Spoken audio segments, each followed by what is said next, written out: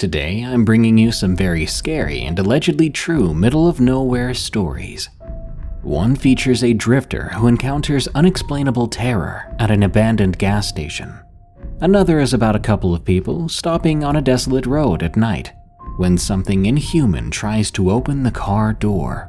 And there's more than that, so get comfy and be sure to send me your scary stories at darkstories.org.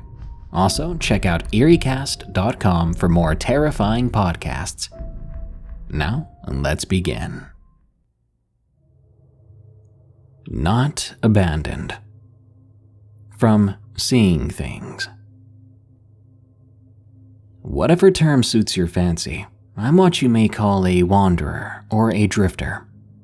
I've been wandering the country since I graduated high school, jumping from place to place, finding work wherever I can get it. It's not what a person would call stable living, but I do what I can to get by. You can imagine having traveled so much that I have a lot of stories, right? Well, yeah, I do. I've seen and experienced so many things that no one can explain. Ghosts, ghouls, I've many stories of the unexplained. But for the sake of time, I will stick to telling this one for now. Living on the budget of a drifter isn't always comfortable, especially since hotels are so expensive these days, so most nights I have to find somewhere to camp. I enjoy the experience, especially on late spring nights when it's cool out, and you can stare off into the stars as you fall asleep. It was on such a night that this series of occurrences happened. I was in a small town in Colorado. It was about 7 to 7:30 p.m. when I noticed the sun was going down. As per routine, I walked into the woods looking for a place to camp. This evening I was pickier than usual with my selection of camping spot, which led to me walking for what felt like miles into the Colorado foliage, enjoying the scenery and wildlife, until I came to a strange sight. A gas station. I whispered to myself. After walking as long as I did, through trees and other plants I couldn't name, it was shocking to find an old rusted gas station in the middle of nowhere. The place was in shambles and looked like it would fall over at the mere sign of wind. The gas station looked like it was constructed in the 60s by the look of the design. Nevertheless, the place was rickety, and I didn't want to stay the night there due to fear of waking up and being crushed under it. However, Mother Nature wasn't having it, and before I knew it, rain began to fall. Left with such circumstances and night rapidly approaching, I took shelter inside the gas station. The sound of the rain smacking the metal roof echoed in my ears as I entered the building. Entering from the front, there was a large countertop with shelves behind it. To my left, there was a door that went into the garage portion of the station. The whole place was empty, filled only with a strange smell and cracked black and white tiles for flooring. It wasn't the coziest of places, but it beat sleeping in the rain. The only other downside, besides it being a dump, was that there was a bent part of the garage door that opened a crack for possible slithering friends to enter, and the last thing I wanted was to be bitten by a snake in my sleep. So I decided to sleep to the right of the counter, in front of the main door, using my sleeping bag as a mattress. It was when I lay down that I got this strange feeling that I needed to leave right away, as if the building was on fire or there was something dangerous nearby. I ignored this and allowed the exhaustion from walking all day lull me to sleep. What a mistake that was. I awoke to the sound of growling outside the building. It took me a while, but as soon as I realized what it was I was hearing, I became fully alert. Having past encounters with wolves and even bears, I always kept a knife with me for protection. Knife in hand, I tried listening to the growls to identify their source. It didn't sound like a bear. No, this sounded bigger. The growls were some of the deepest I'd ever heard a creature make. What could it be? I asked myself. But before I could think of anything, the growling stopped, and a deep, distorted voice repeated just outside. What could it be? It was as if it was trying to imitate me. Quickly, I rushed to roll up my sleeping bag, placing it inside my backpack. As I continued packing my other things, the sound of the metal garage door being grasped to the point where I heard it bend, followed by the loud screeching of it being opened upwards, rang in my ears. I put on my backpack, running out of the front door through the rain and into the woods. While I ran, I swear I could hear the same deep, distorted voice laughing loudly in the distance. I'm not sure for how long I ran, but eventually I made it back to the small town where I went looking for the police. I found the local sheriff parked next to a diner in his patrol vehicle. I guess he could tell I was a bit shaken, so he brought me in for dinner, sitting me down in a booth, buying me a meal. Once I'd finished eating, and I had calmed down a bit, I told the sheriff what had happened. He laughed, looking out the window, taking a sip of his coffee. Then he spoke. "The old gas station, huh? Yeah, that place is not abandoned."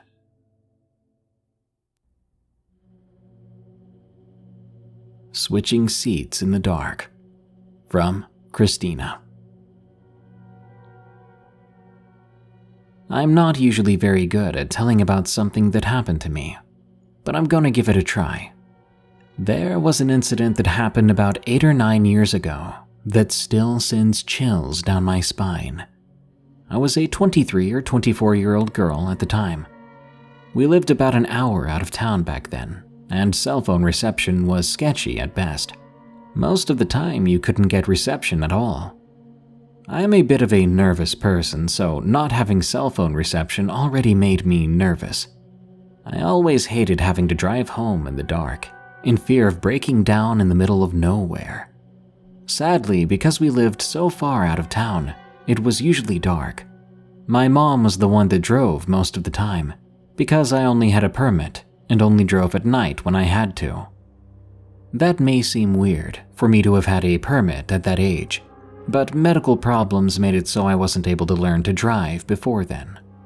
Before I could get my license, I got injured, and I still can't drive to this day. Anyway, on to the story. My mom and I were driving home late one night after a long day in town. We were about 30 minutes from home, so we'd already been out of reception for quite a while. My mom didn't get a lot of sleep the night before, but she was the one driving due to the fact that I only had a permit. She started to fall asleep in the driver's seat. Usually I could just talk to her to keep her awake.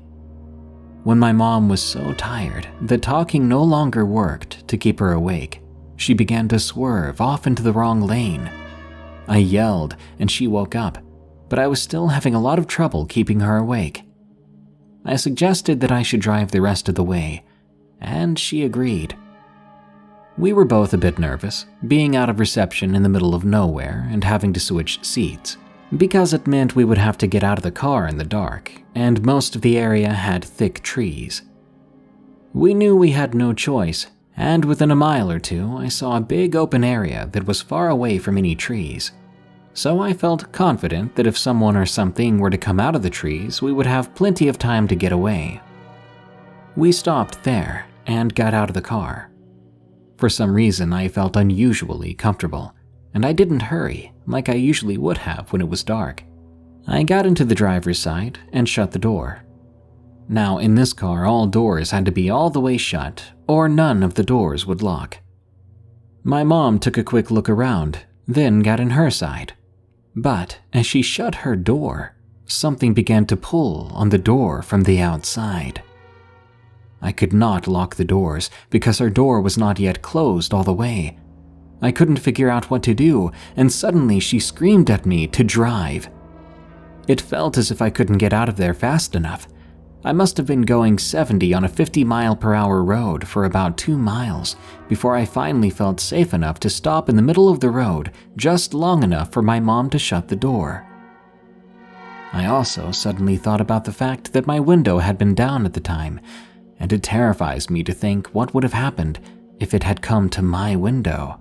I think the scariest part of the whole thing is the closest trees or bushes of any kind for anyone to hide in were at least 300 feet away.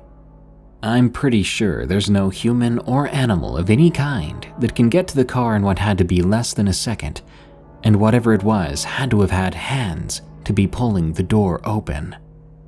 To this day, I'm not sure what it was that wanted in our car, or what would have happened if it did get in.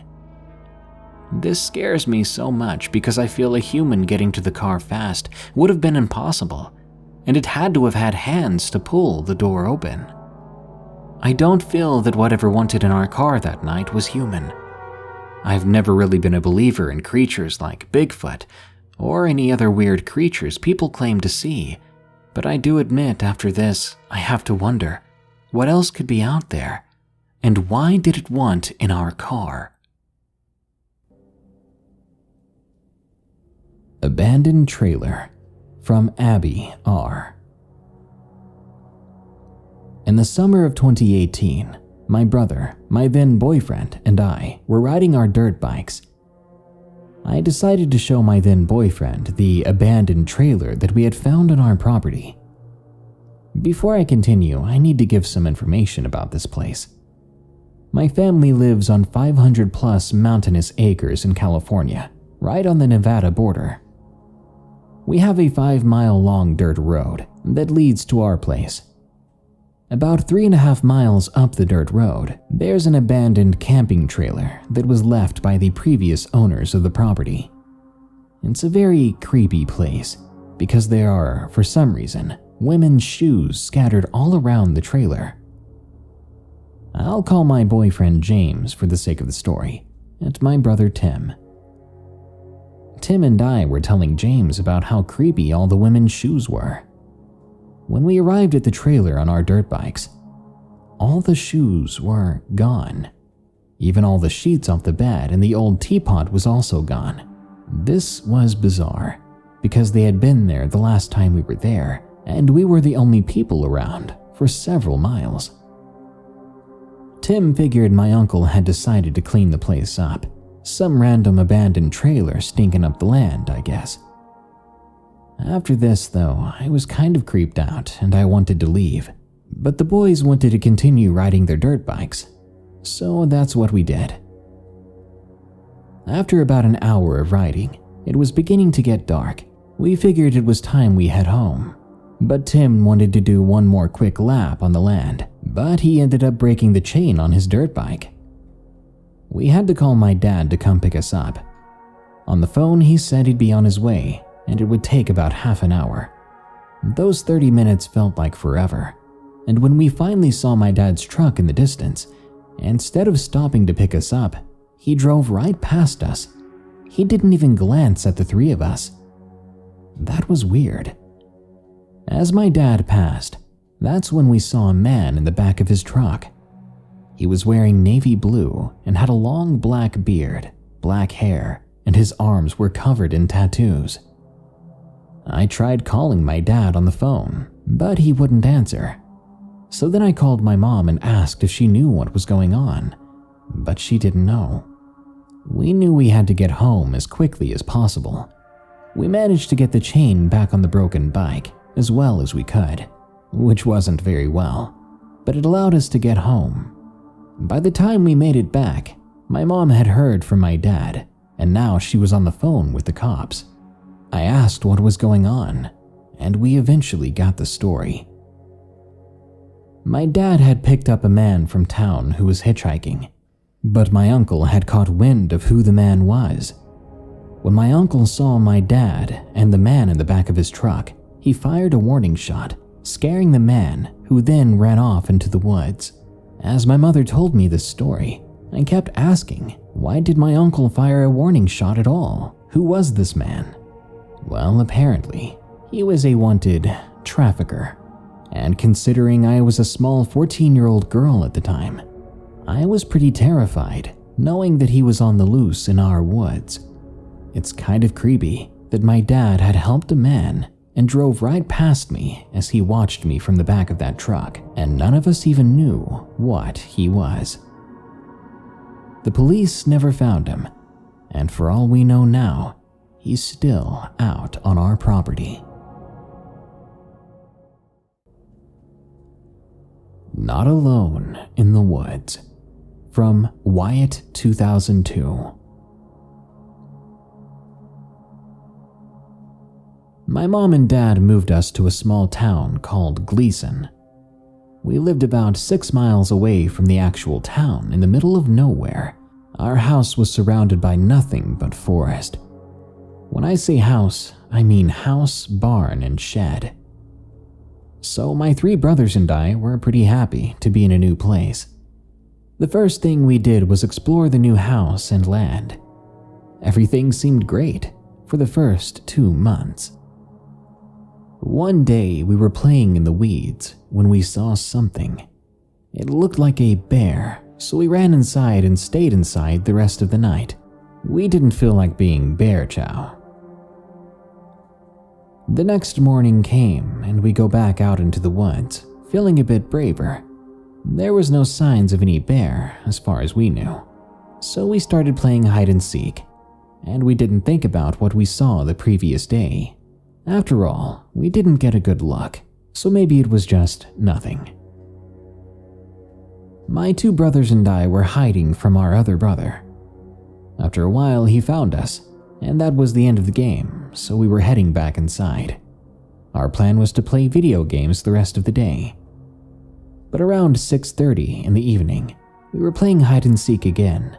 It was beginning to get dark out, which made the game more suspenseful. We were hiding in the woods because the brother that was it this time was afraid of the woods at night. Yeah, it may have been unfair, but we used it to our advantage. A little while later, when our brother did not find us yet, we were beginning to get worried.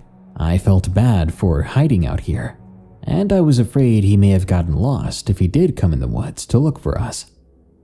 But something did find us. As we were sitting there being quiet, we heard movement behind us. When we turned and looked, we saw something that scared the living daylights out of us. It was some dark black creature standing on 2 legs with eyes that reflected yellow in the dim moonlight. It appeared to be observing us. Despite being absolutely terrified, I couldn't move. My 2 brothers that were with me ran away, but they left me there, scared stiff. The creature began walking towards me. I was crying now, tears flooding down my face, but still I could not move. My body was fighting against my mind. Luckily for me, one of my brothers went to get my dad, who came back out with a rifle.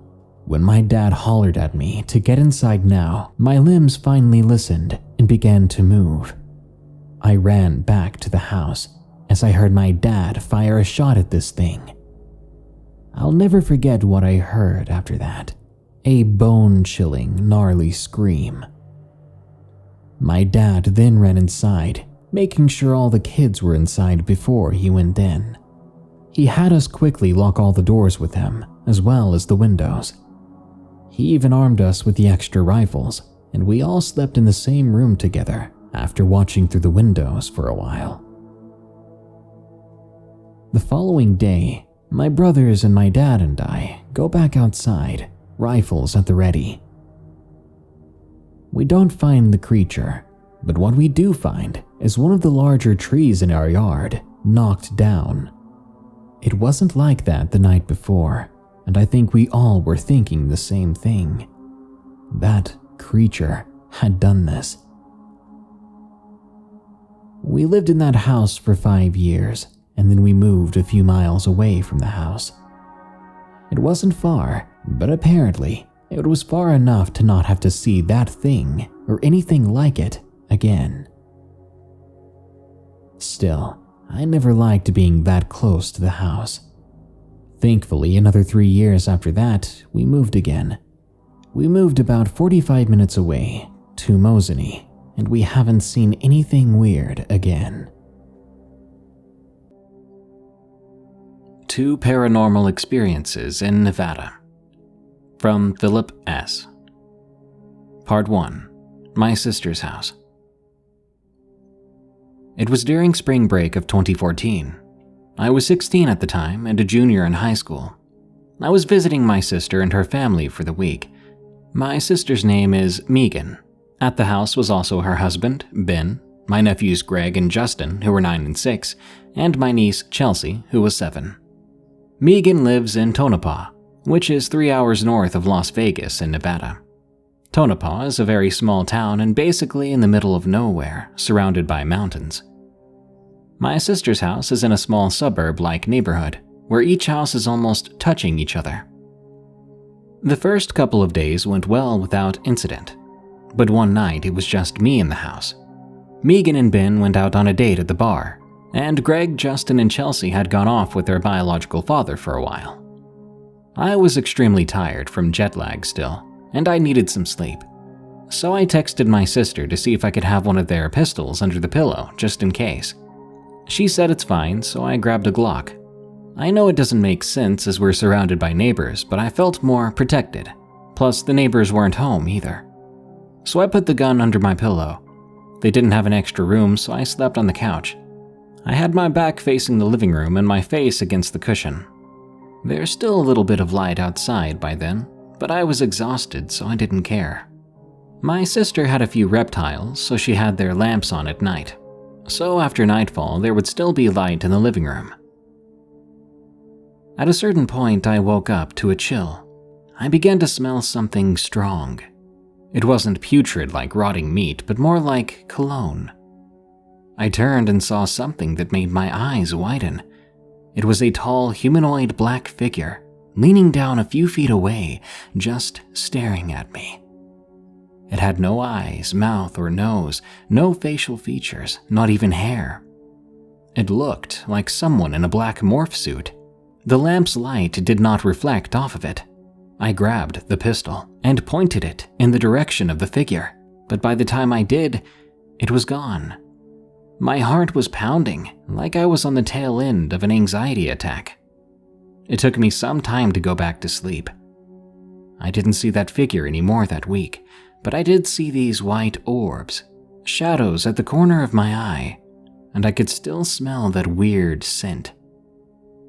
On my last day, I heard Greg talking to someone in his room. I went over and asked him who he was talking to. "Mr. Black," he said. "Who's Mr. Black?" I asked. What he said made me question myself. "He's the tall, dark man. I don't know his name, so I gave him one." I knew exactly who he was talking about. Thankfully, they moved to a new house a few years later. Screw that place, and screw Mr. Black. Part 2. The Mizpah Hotel. The Mizpah Hotel is located in Tonopah, Nevada.